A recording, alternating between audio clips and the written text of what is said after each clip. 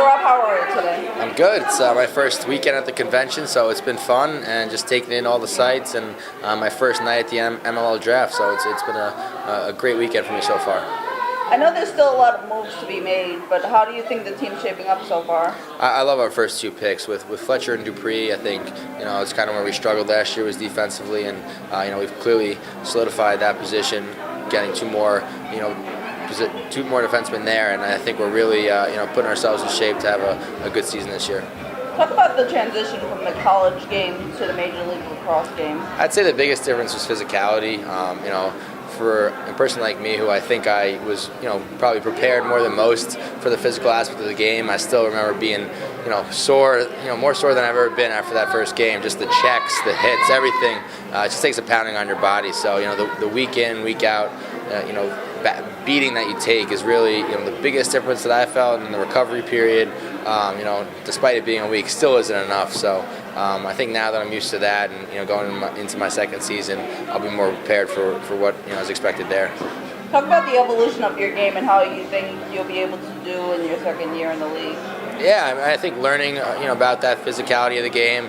I'm gonna have to be more physical and bring a different element of my game into that portion of my game. But I think playing with those guys around me, developing chemistry is extremely important.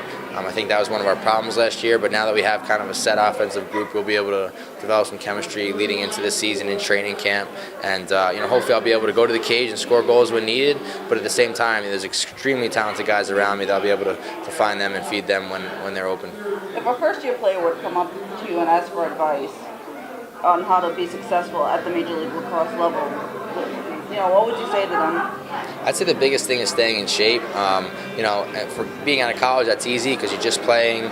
You're working out, you're doing all that stuff. But I'd say to maybe concentrate more on the little physical attributes of that.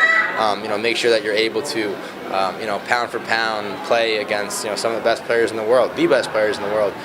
Because all Americans, those are guys that you're playing against every day, and guys that are coming after you, and you're going after them, and it certainly is a beating week to week, and that's what you have to be prepared for.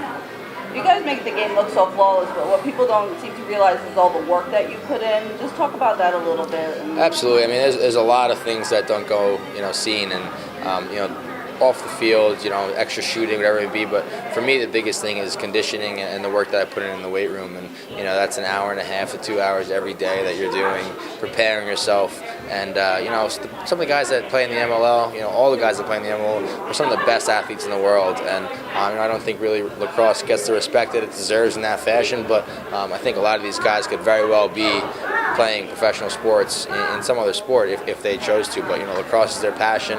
That's what they love to do, and that's what they do. But these guys are, I train with them, I play with them, I see them, and they do some things that I've never seen in any sport. So it's incredibly impressive, and it's great to see on a day in and day out basis.